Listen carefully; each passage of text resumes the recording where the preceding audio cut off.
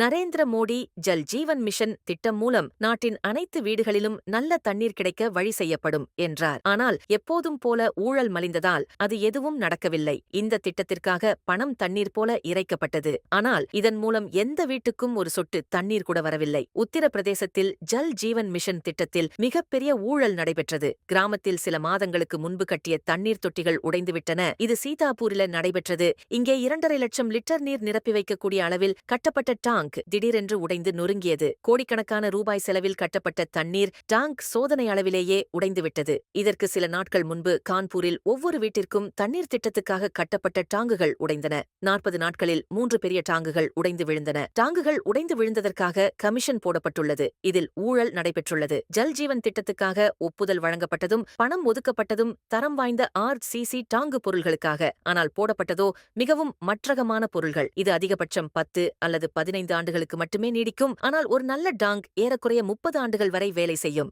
இந்த கம்பெனி அதிகாரிகள் அந்த தொட்டியின் மொத்த விலை 46 லட்சமாக காட்டுகிறார்கள். ஆனால் அரசாங்க பணம் மோசடி செய்யப்படுகிறது. இதுதான் பாஜக அரசின் டபுள் என்ஜின் அரசின் லட்சணம். இங்கு மக்களின் பணத்தை அனைவரும் ஒன்றாக இணைந்து கொள்ளையடித்து வருகிறார்கள்.